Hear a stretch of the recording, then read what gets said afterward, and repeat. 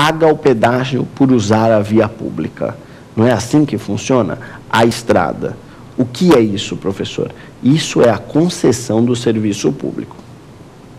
Dizem aí, não que eu concorde, eu não concordo, mas dizem por aí que o poder público, às vezes, não presta adequadamente o serviço público.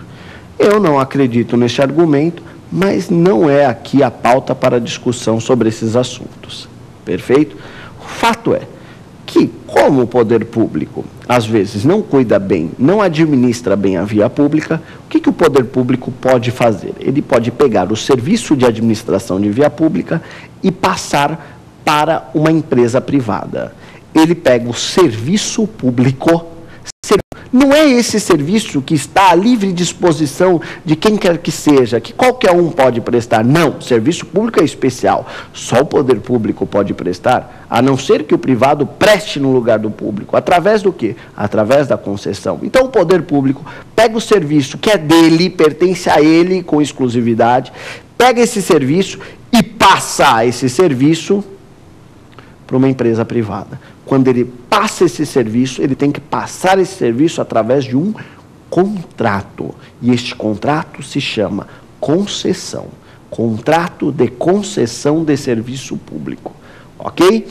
Então, várias empresas privadas vão querer pegar o serviço público. Você imagina que beleza ser administrador de uma via pública? Será que isto, dá dinheiro? Tenho certeza que sim. Por isso, várias empresas querem este contrato, elas desejam este contrato. Só que o poder público tem que tratar todos de maneira igual. É óbvio, ele vai colocar isto em competição, vai colocar isto em licitação. Aquele que oferecer a melhor condição para o poder público, este sim ganha o contrato de concessão. A modalidade é a concorrência. Seja ela para uma concessão de serviço público comum, como citei da estrada, seja ela uma concessão administrativa ou uma concessão patrocinada, a tal da parceria público-privada. Sempre se aplica a concorrência pública para os casos de contrato de concessão de serviço público. Mas aqui eu tenho que destacar um detalhe muito importante. A legislação, tanto da concessão comum quanto da PPP, elas trouxeram uma certa novidade. Que novidade, professor? Aqui, a licitação concorrência segue um rito, uma sequência de fases. E essas leis, a lei da concessão, que é a lei 8987 de 95, e a lei da PPP, que é a 11.074/04, elas trouxeram novidades com relação às fases. Eu vou falar quais são as fases e eu vou falar o que essas legislações alteraram em relação a estas fases, da concorrência. As fases da concorrência. Concorrência tem 5 fases: edital, habilitação, que você analisa documentos, classificação, que se analisa preço, homologação, que é o fim da licitação, a concordância da autoridade fiscalizadora, fala, está tudo certo o certame, e a adjudicação, que é a entrega do objeto ao vencedor. Ok? 5 fases: edital, habilitação, classificação, homologação e adjudicação. Ótimo.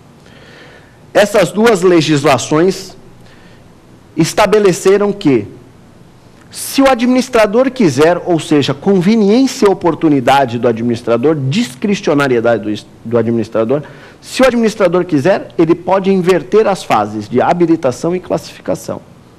Se o administrador quiser, ele pode inverter, não é que ele vai inverter, ele pode inverter as fases de habilitação e classificação.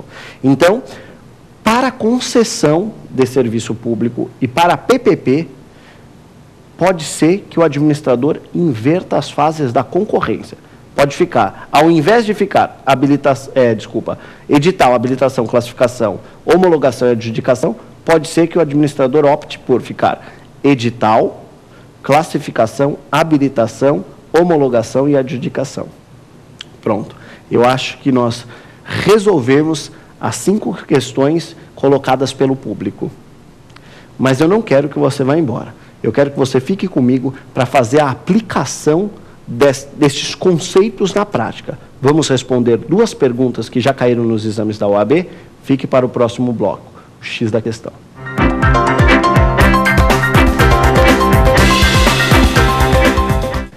Já voltamos com o nosso programa Prova Final. Vamos agora para o último e derradeiro bloco, que é justamente o quadro X da questão.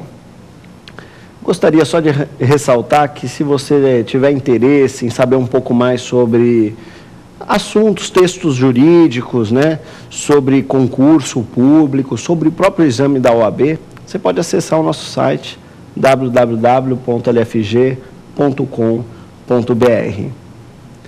Sem perder mais tempo, nós vamos agora para a aplicação prática de tudo o que falamos nos 2 primeiros blocos do nosso programa, tanto no tema do dia, como no quadro Pergunte ao Professor. Vamos ver se aquilo que foi dito se aplica aos concursos, aos exames da OAB. Então, vou passar logo para a primeira pergunta selecionada. Vamos lá? Exame da OAB de 2010.1, exame super atual. Diz: com relação aos bens públicos, assinale a opção correta. Com relação aos bens públicos, assinale a opção correta. Alternativa A.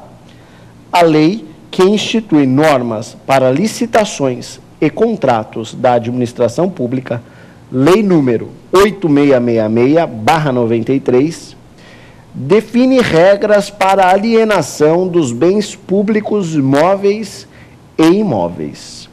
B. Ocorre a desafetação quando um bem público passa a ter uma destinação pública especial de interesse direto ou indireto da administração. C. Por terem caráter tipicamente patrimonial, os bens de uso comum do povo podem ser alienados. D de dado, os bens dominicais são indisponíveis. Gente, vamos reler a primeira questão, a alternativa A, para ter certeza se ela está correta ou incorreta? Então vamos lá. A lei que institui normas para licitações e contratos da administração pública, Lei 8666/93, define regras para alienação dos bens públicos móveis e imóveis. Gente, nós acabamos examinando este tema, né, nos blocos anteriores, não foi? Pois é, justamente, a Lei 8666, com certeza, traz regras para alienação de bens móveis e imóveis. Diz ainda que o bem móvel, ele tem que ser alienado por leilão. E diz que o bem imóvel tem que ser alienado por concorrência. Portanto, nós acabamos de achar o X da questão. A alternativa A é o X da questão, é a alternativa correta para a pergunta. Como a nossa próxima pergunta é uma pergunta um pouco extensa, vamos passar diretamente para a próxima pergunta. Então, pode jogar a pergunta na tela, por favor. Ordem dos Advogados do Brasil, exame de 2010 também, prova número 1, é um exame muito recente. Diz o texto: Mauro, chefe do setor de compras de um órgão do Instituto do Seguro Social, INSS, recebeu pedido de abertura de procedimento licitatório para a aquisição de grande quantidade dos seguintes itens: impressoras, cartucho para impressoras, monitores LCD, licença para uso de sistema operacional a ser utilizado nos computadores da autarquia. A solicitação estava de acordo com todas as normas aplicáveis, incluindo-se a justificativa do quantitativo e da necessidade dos referidos itens. Antes de promover a abertura de qualquer procedimento de compra, Mauro procedeu à análise técnico-econômica e concluiu que a compra dos cartuchos para impressoras, se realizada separadamente dos demais itens, implicaria uma ampliação da concorrência, sem